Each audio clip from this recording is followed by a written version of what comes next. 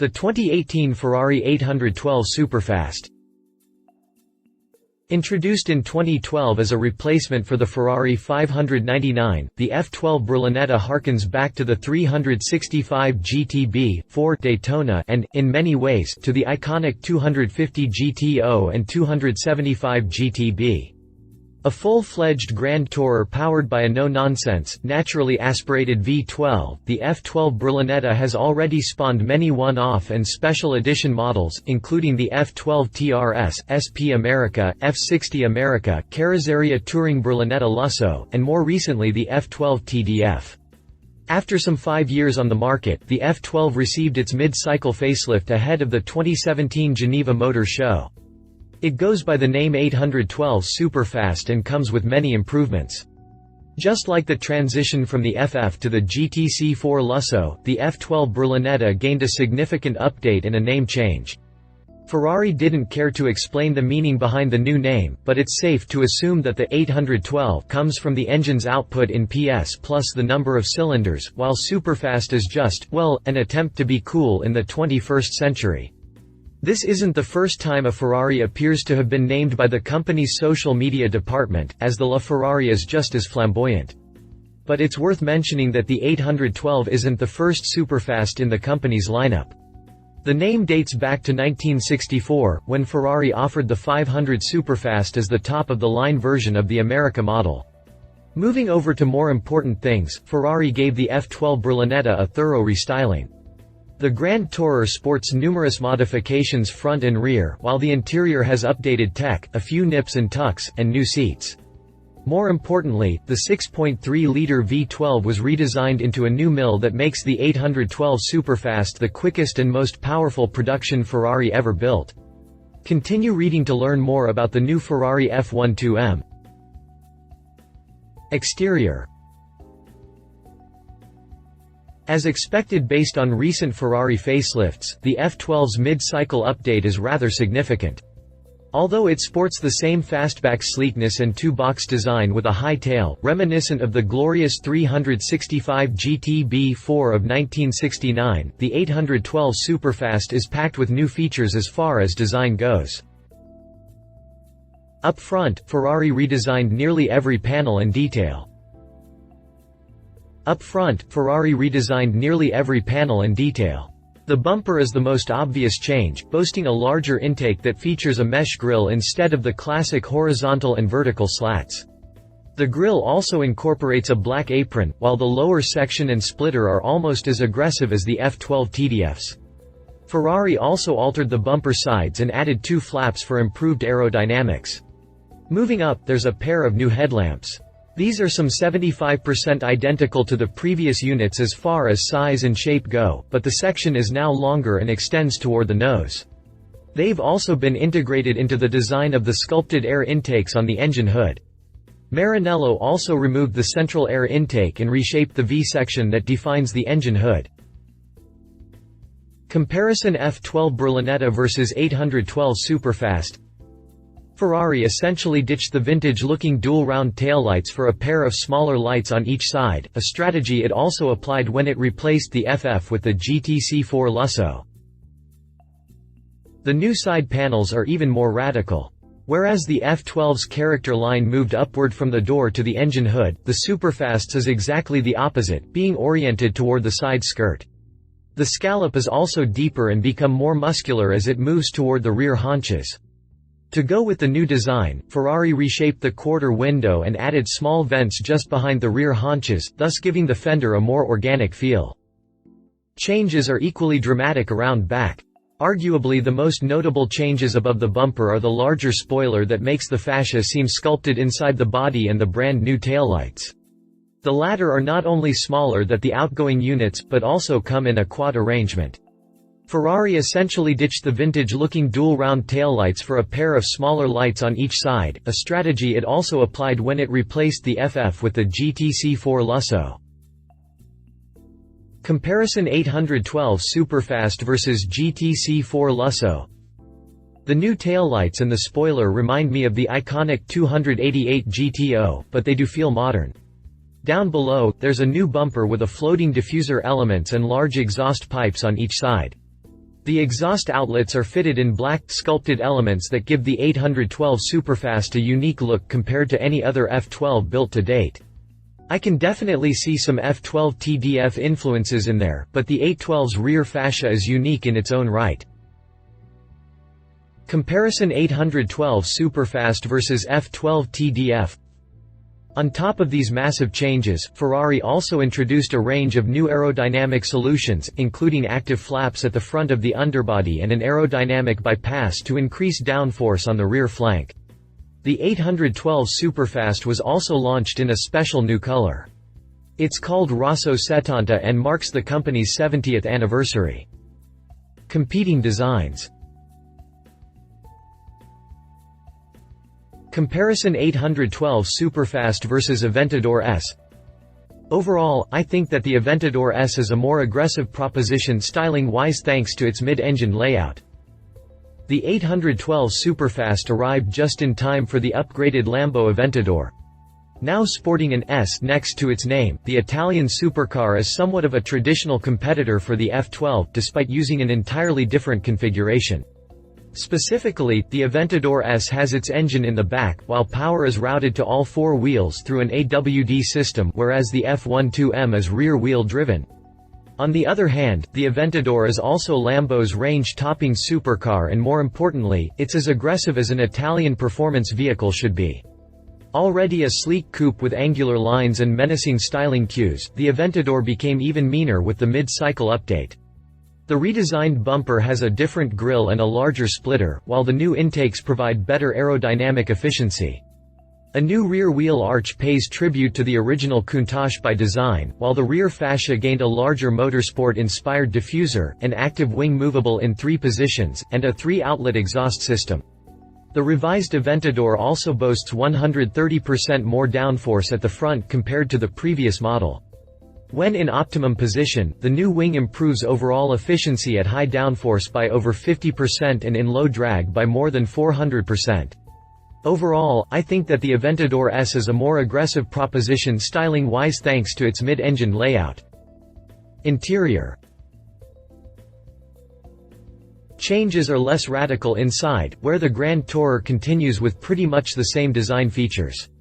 Noticeable modifications include a revised center stack with 2 round A/C vents instead of 3, new controls on the dashboard's passenger side, and a new steering wheel. Interior comparison F12 Berlinetta vs 812 Superfast. Changes are less radical inside, where the Grand Tourer continues with pretty much the same design features. The latter has a revised center section made from aluminum, revised controls, new grips, and a wider, flat bottom side. It also has red stitching that matches the detailing on the dashboard and center console, but this can be changed to just about any color available. Ferrari also replaced the previous seats with new, sportier units that provide enhanced side bolstering and comfort. There's also an upgraded instrument cluster, the company's latest infotainment system with Apple CarPlay, and a new air conditioning unit. The competition. Interior comparison 812 Superfast vs Aventador S. Inside, the Aventador is just as appealing as the 812 Superfast, boasting Lambo's latest technology and the finest materials you can buy. Inside, the Aventador is just as appealing as the 812 Superfast, boasting Lambo's latest technology and the finest materials you can buy. The supercar's cabin remained virtually unchanged after the facelift, but Lambo did introduce a few new features, starting with an all-digital instrument cluster that can be customized in many ways. The TFT screen has also been revised and can display different images for each driving mode. Apple CarPlay connectivity comes standard, just like in the 812 Superfast, allowing both the driver and passenger to manage voice-activated communications and entertainment from mobile devices. Options include the Lamborghini telemetry system, which can be used to record lap times, track performance, as well as trip data. Much like any Ferrari out there, the interior specification of the Aventador S is virtually limitless through Lamborghini's ad personam customization program. Drivetrain. About a month before the 812 Superfast arrived, the folks over at Ferrari Chat claimed that the Grand Tourer would get a larger, 6.5-liter V12 instead of the familiar 6.3-liter unit. This is one rumor that proved to be true, with the upgraded coupe using Ferrari's biggest modern engine. Obviously based on the outgoing V12 mill, the naturally aspirated 6.5-liter cranks out 789 horsepower and 530 pound-feet of torque, of which 80% are available at 3,500 revolutions per minute. That's 59 extra horsepower compared to the F12 Berlinetta, to go with 20 additional pound-feet of twist. The 812 Superfast is also more potent than the limited edition F12 TDF, boasting an extra 20 horsepower and 11 pound-feet. The naturally aspirated 6.5-liter cranks out 789 horsepower and 530 pound-feet of torque. This makes it the most powerful and fastest Ferrari in the company's history, while the 121 horsepower per liter output is more than any other front-engine production car has ever even come near to delivering. Impressive. It's also worth noting that the 6.5-liter V12 is as powerful as the LaFerrari's gasoline engine, while delivering an extra 13 pound-feet of twist. Granted, the LaFerrari is the more powerful vehicle as we take the hybrid drivetrain into account, but without its electric motor, it's just almost as potent as the 812 Superfast. It's also worth noting that the 6.5-liter V12 is as powerful as the LaFerrari's gasoline engine. Not surprisingly, the 812 Superfast is quicker than the F12 Berlinetta from 0 to 60 miles per hour, needing 2.9 ticks to complete the benchmark. This figure makes it 0.2 faster than the standard models and as quick as the limited edition F12 TDF. On the other hand, top speed remained unchanged at 211 miles per hour. Ferrari says that these astounding performance levels were achieved in part by adopting a 350-bar direct injection system for the very first time on a high-performance engine. The system is paired to variable geometry intake tracts conceptually derived from those of naturally aspirated F1 engines, while the dual-clutch transmission has specific gear ratios which, combined with shorter up and down shifting times, sharpen throttle response. The 812 Superfast is also the first Ferrari to sport EPS electric power steering. The 812 Superfast is also the first Ferrari to sport EPS electric power steering, which was added to fully exploit the potential of the car's performance. Ferrari also included the latest, 5.0 version of its patented side slip control (SSC), which makes the car's powerful performance easier to handle. The vehicle controls also feature, for the first time, the virtual short wheelbase 2.0 system (PCV) that debuted on the F12 TDF. The system features a further evolution of the software that improves handling and reduces vehicle response times even further. Competing performance. The Aventador S is more than capable to give just about any Ferrari out there a run for its money. Motivated by a naturally aspirated, 6.5-liter V12 that cranks out 730 horsepower and 508 pound-feet of torque, the Aventador S is more than capable to give just about any Ferrari out there a run for its money. Interestingly enough, both figures are identical to the outgoing F12 Berlinetta, but it no longer matters now that the 812 Superfast is here with 59 extra horses and 22 pound-feet. On the flip side, the 812 Superfast isn't quicker from 0 to 60 miles per hour, despite the extra oomph, as the Aventador S needs 2.9 seconds to get there.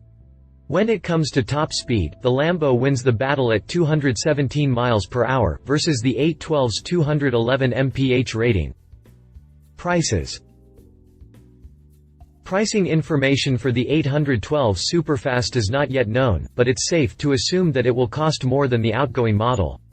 Given that the F12 Berlinetta retails from around $325,000 in the US, the 812 Superfast should fetch at least $340,000 before options.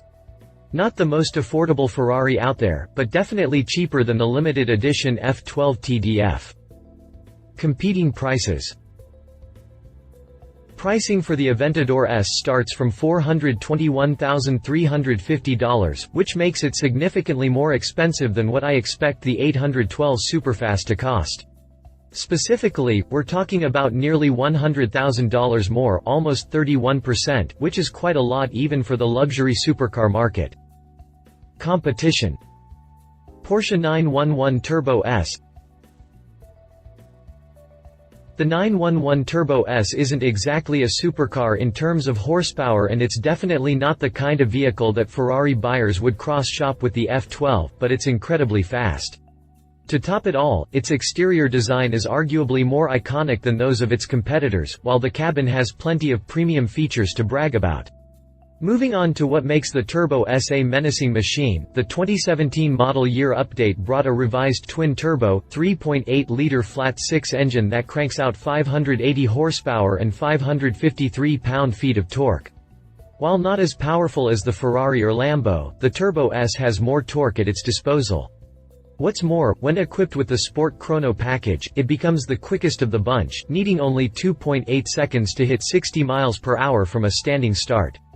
Top speed is inferior at 205, but I'm willing to sacrifice that in favor of winning a drag race against Italy's finest. Another thing that makes the 911 Turbo S a more appealing choice is the $188,100 sticker. Find out more about the Porsche 911 Turbo S here. Conclusion. I wasn't a big fan of the F12 Berlinetta at first, but it grew on me. The front fascia was the main reason why I couldn't really consider it a good-looking car, but the aggressive sculpted profile and the powerful rear end with the vintage-looking taillights definitely made it an exciting design. I think that the mid-cycle update fixed everything that was wrong with the F12 Berlinetta. The front end is more aggressive, which is basically what the F12 needed from the very beginning, while the rear fascia brings together the modern Ferrari look and a race-inspired setup. The engine update is also a tremendous feature, especially since it almost outguns the LaFerrari. I love it when production models get similar or more power than highly limited, special edition hypecars. The 812 Superfast name sucks, but hey, I'm not the one in charge of Ferrari's marketing department. Love its significantly more aggressive design. Quicker and more powerful new electronics improves stability. Leave it might not be quicker than the 911 Turbo S. Expensive silly name. If you liked this video, please share your thoughts in the comments below and don't forget to hit the subscribe button.